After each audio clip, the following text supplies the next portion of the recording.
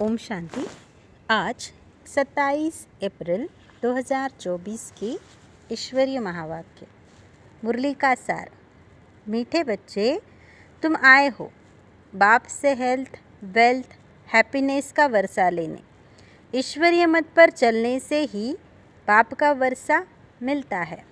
आज के मुरली में प्रश्न, बाप ने सभी बच्चों को विकल्प जीत बनने की युक्ति कौन सी बताई है? उत्तर, विकल्प जीत बनने के लिए अपने को आत्मा समझ भाई भाई की दृष्टि से देखो। शरीर को देखने से विकल्प आते हैं, इसलिए भ्रुकुटी में आत्मा भाई को देखो। पावन बनना है तो यह दृष्टि पक्की रखो। निरंतर पतित पावन बाप को याद करो। याद से ही कट निकलती जाएगी, खुशी का पारा चढ़ेगा और विकल्पों पर विजय प्राप्त कर लेंगे। ओम शांति। शिव भगवान वाच अपने सालिग्रामों प्रति। शिव भगवान वाच है तो ज़रूर शरीर होगा, तब तो वाच होगा। बोलने के लिए मुख ज़रूर चाहिए, तो सुनने वालों को भी कान ज़रूर चाहिए। आत्मा को कान मुख चाहिए। अभी तुम बच्चों को ईश्वरीय मत मिल रही है, जिसको राम मत कहा जाता है। दूसरे फिर है रावण मत। ईश्वरीय मत और आसुरी मत। ईश्वरीय मत आधा कल्प चलती है। बाप ईश्वरीय मत देकर तुमको देवता बना देते हैं। फिर सतयुग त्रेता में वही मत चलती है। वहाँ जन्म भी थोड़े हैं, क्योंकि योगी लोग हैं। और द्वापर कलयुग में है रावण मत। यहाँ जन्म भी बहुत है, क्योंकि भोगी लोग हैं, इसलिए आयु भी कम होती है। बहुत संप्रदाय हो जाती है और बहुत दुखी होते हैं। राम मत वाले फिर रावण मत से मिल जाते हैं, तो सारी दुनिया की रावण मत हो जाती है। फिर बाप आकर सबको राम मत देते हैं। सतयुग में है राम मत, ईश्वरीय मत, उसको कहा जाता है स्वर्ग। ईश्वरीय मत मिलने से स्वर्ग की स्थापना हो जाती है आधा कल्प के लिए। वह जब पूरी होती है तो रावण राज्य होता है, उसको कहा जाता है आसुरी मत। अब अपने से पूछो, हम आसुरी मत से क्या करते थे, ईश्वरीय मत से क्या कर रहे हैं? आगे जैसे कि नरकवासी थे, फिर स्वर्गवासी बनते हैं। शिवालय में सतयुग त्रेता को शिवालय कहा जाता है। जिस नाम से स्थापना होती है तो ज़रूर उनका नाम भी रखेंगे, तो वह है शिवालय, जहाँ देवता रहते हैं। रचयिता बाप ही तुमको यह बातें समझा रहे हैं। क्या रचते हैं वह भी तुम बच्चे समझते हो। सारी रचना इस समय उनको बुलाती है, हे पतित पावन व लिबरेटर, रावण के राज्य से व दुख से छुड़ाने वाले। अभी तुमको सुख का मालूम पड़ा है, तब इसको दुख समझते हो, नहीं तो कई इसको दुख थोड़ी ही समझते हैं। जैसे बाप नॉलेजफुल है, मनुष्य सृष्टि का बीज रूप है, तुम भी नॉलेजफुल बनते हो। बीज में झाड़ की नॉलेज होती है ना, परंतु वह है जड़। अगर चैतन्य होता तो बता देता। तुम चैतन्य झाड़ के हो, इसलिए झाड़ को भी जानते हो। बाप को कहा जाता है मनुष्य सृष्टि का बीज रूप, सतचित आनंद स्वरूप। इस झाड़ की उत्पत्ति और पालना कैसे होती है यह कोई नहीं जानते। ऐसे नहीं नया झाड़ उत्पन्न होता है, यह भी बाप ने समझाया है। पुराने झाड़ वाले मनुष्य बुलाते हैं कि आकर रावण से लिबरेट करो, क्योंकि इस समय रावण राज्य है। मनुष्य तो न रचयिता को न रचना को जानते हैं। खुद बाप बतला रहे हैं, मैं एक ही बार हेवन बनाता हूँ, हेवन के बाद फिर हेल बनता है। रावण के आने से फिर वाम मार्ग में चले जाते हैं। सतयुग में हेल्थ, वेल्थ, हैप्पीनेस सब है। तुम यहाँ आए हो बाप से वर्षा लेने, हेल्थ, वेल्थ, हैप्पीनेस का, क्योंकि स्वर्ग में कभी दुख होता नहीं। तुम्हारी दिल में है कि हम कल्प कल्प पुरुषोत्तम संगम युग में पुरुषार्थ करते हैं। नाम ही कैसा अच्छा है, और कोई युग में युग को पुरुषोत्तम थोड़ी ही कहते हैं। उनमें तो सीढ़ी नीचे उतरते जाते हैं। बाप को बुलाते भी है, समर्पण भी करते हैं, लेकिन यह मालूम नहीं रहता कि बाप कब आएगा। पुकारते तो है, ओ गॉड फादर लिबरेट करो, गाइड बनो। लिबरेटर बनेंगे तो ज़रूर आना पड़े, फिर गाइड बन ले जाना पड़े। बाप बच्चों को बहुत दिनों के बाद देखते हैं तो बड़ा खुश होते हैं। वह है हद का बाप, यह है बेहद का बाप। बाबा क्रिएटर है, रच करके फिर उनकी पालना भी करते हैं। पुनर्जन्म तो लेना पड़ता है, किसको 10 किसको 12 बच्चे होते हैं, परंतु वह सब है हद के सुख जो काकविष्टा समान है। तमोप्रधान बन जाते हैं। तमोप्रधान में सुख बहुत थोड़ा है। तुम सतोप्रधान बनते हो तो बहुत सुख होता है। सतोप्रधान बनने की युक्ति बाप आकर बताते हैं।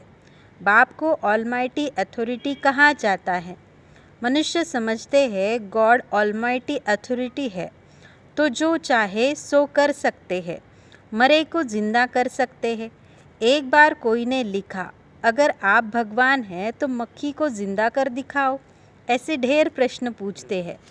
तुमको बाप ताकत देते हैं जिससे तुम रावण पर जीत पाते हो, बंदर से मंदिर लायक बनते हो। उन्होंने फिर क्या क्या बना दिया है। वास्तव में तुम सब सीताएं भक्तियाँ हो। तुम सबको रावण से छुड़ाया है। रावण द्वारा तुमको कभी भी सुख नहीं मिल सकता। इस समय सब रावण की जेल में है। राम की जेल में नहीं कहेंगे। राम आते हैं रावण की जेल से छुड़ाने। रावण 10 शीर वाला बनाते हैं, उनको 20 भुजाएं दिखाते हैं। बाप ने समझाया है कि 5 विकार पुरुष में 5 विकार स्त्री में है। उनको कहते हैं रावण राज्य व 5 विकार रूपी माया का राज्य।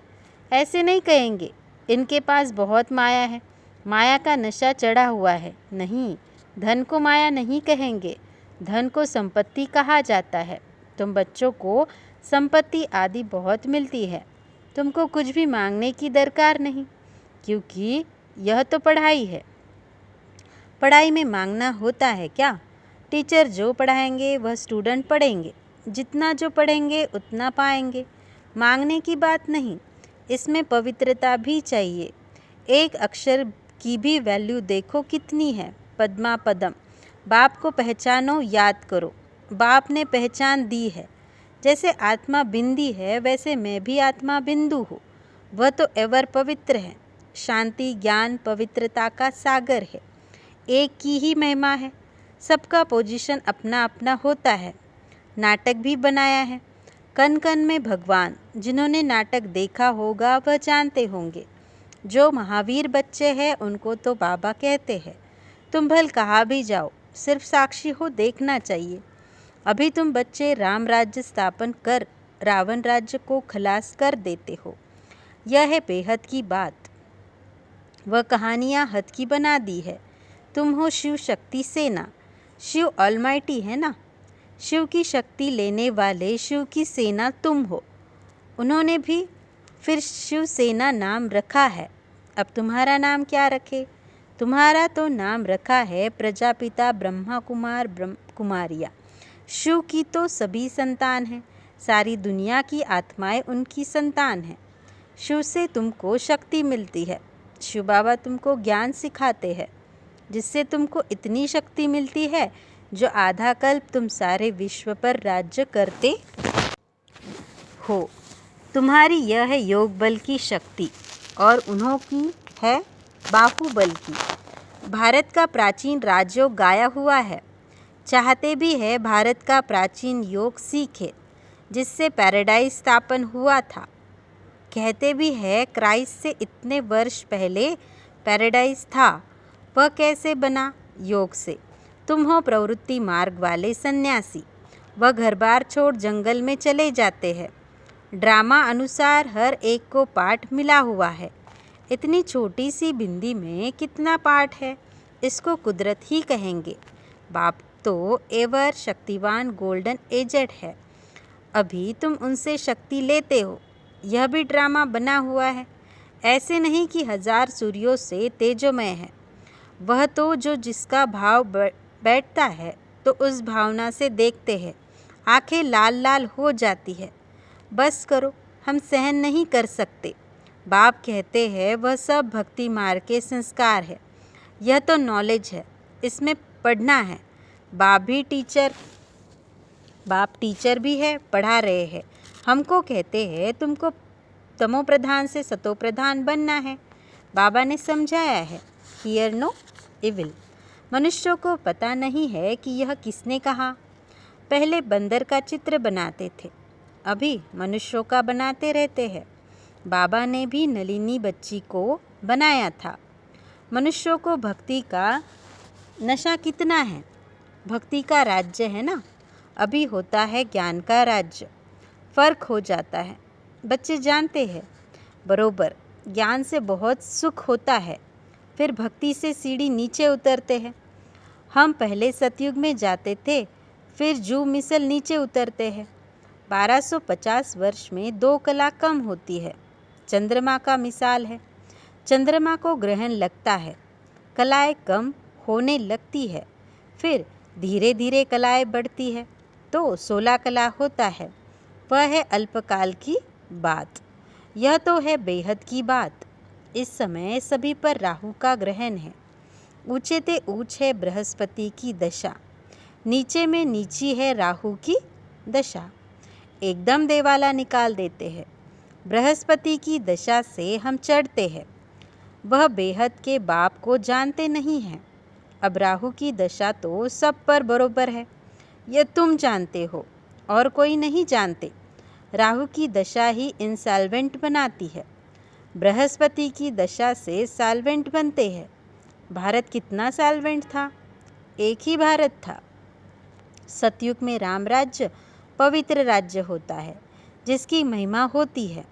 अपवित्र राज्य वाले गाते हैं, मैं निर्गुण हारे में कोई गुण नाही। ऐसी संस्थाएं भी बनाई है, निर्गुण संस्था। अरे यह तो सारी दुनिया निर्गुण संस्था है, एक की बात थोड़ी है। बच्चों को हमेशा महात्मा कहा जाता है, तुम फिर कहते हो कोई गुण नहीं। यह तो सारी दुनिया है जिनमें कोई गुण न होने के कारण राहु की दशा बैठी है। अब बाप कहते हैं दे दान तो छूटे ग्रहण। अब जाना तो सबको है ना। देह सहित देह के सभी धर्मों को छोड़ो, अपने को आत्मा निश्चय करो। तुमको अब वापस जाना है। पवित्र न होने के कारण वापस कोई जा न सके। अब बाप पवित्र होने की युक्ति बताते हैं। बेहद के बाप को याद करो। कई कहते हैं बाबा हम भूल जाते हैं।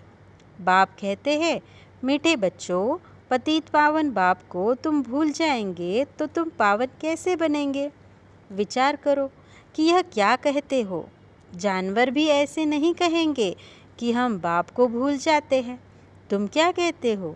मैं तुम्हारा बेहद का बाप हूँ। तुम आए हो बेहद का वर्षा लेने। निराकार बाप साकार में आए तब तो पढ़ाए। अभी बाप ने इसमें प्रवेश किया है। यह है बाप दादा। दोनों की आत्मा इस भ्रुकुटी के बीच में है।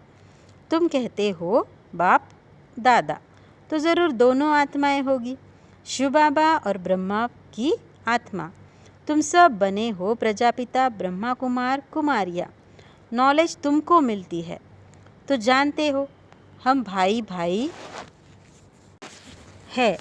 फिर प्रजापिता ब्रह्मा द्वारा हम भाई बहन बनते हैं। यह याद पक्की चाहिए।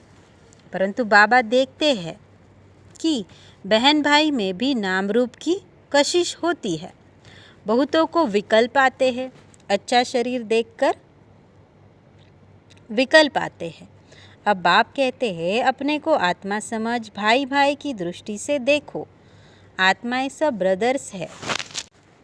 ब्रदर्स है तो बाप ज़रूर चाहिए। सबका एक बाप है।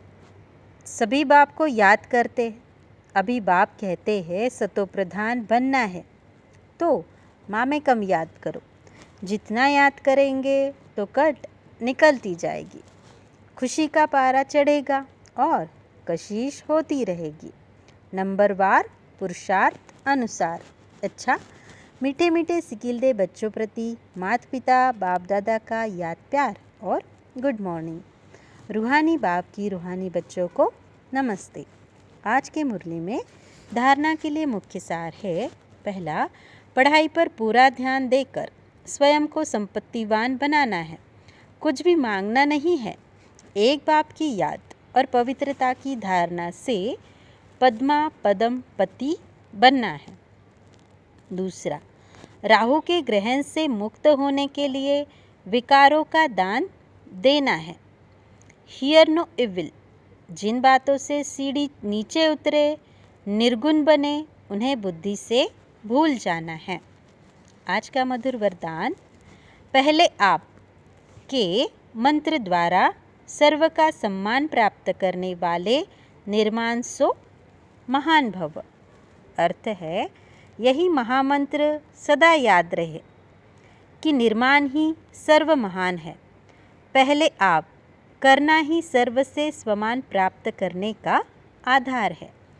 महान बनने का यह मंत्र वरदान रूप में सदा साथ रखना, वरदानों से ही पलते उड़ते मंजिल पर पहुंचना।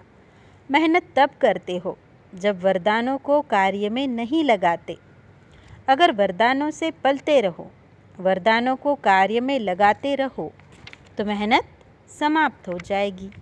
सदा सफलता और संतुष्टता का अनुभव करते रहेंगे। आज के मुरली में स्लोगन, सूरत द्वारा सेवा करने के लिए अपना मुस्कुराता हुआ रमणीक और गंभीर स्वरूप इमर्ज करो। अच्छा, ओम शांति।